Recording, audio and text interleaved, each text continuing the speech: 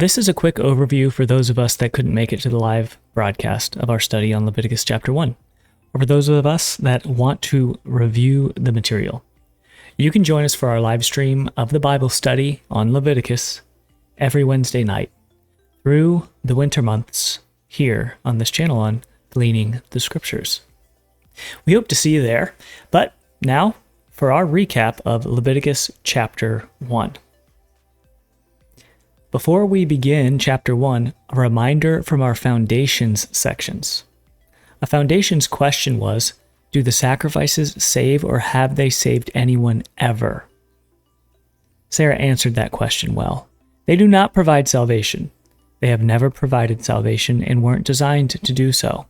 But they point to the one who always did and does provide salvation, to Yeshua HaMashiach. All right, chapter 1's first question. When he put his hand on the head of the burnt offering and it is accepted on his behalf, what does this represent to you? What do supporting scriptures show it represents? Do either of your answers fit into the entire theme of the Bible? Mariah answered this question. She said that this process represents restoration and reconciliation, showing that this innocent animal has to take our place, the same way that Yeshua, being innocent, had to take our place. The person is saying here, I should be the sacrifice because I sinned.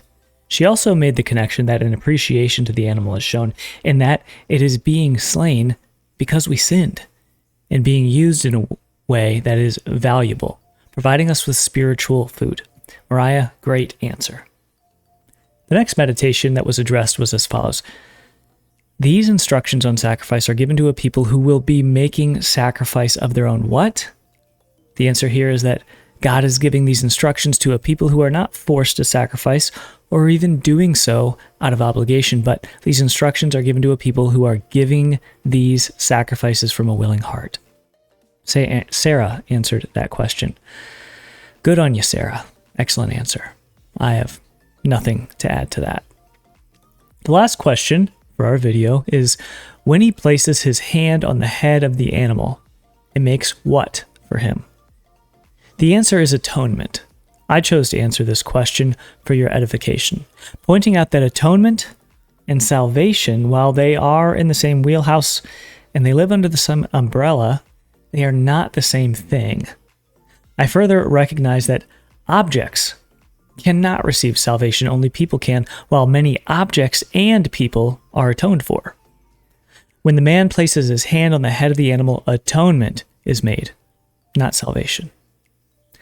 Well, that's the end of this recap.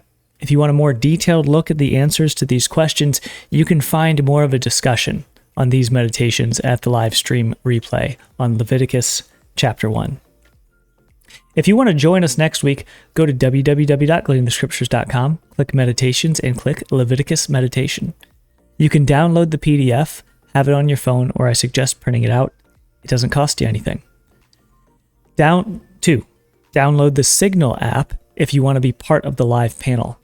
If you're going to be part of the live panel, you must have spent time during the week studying the section.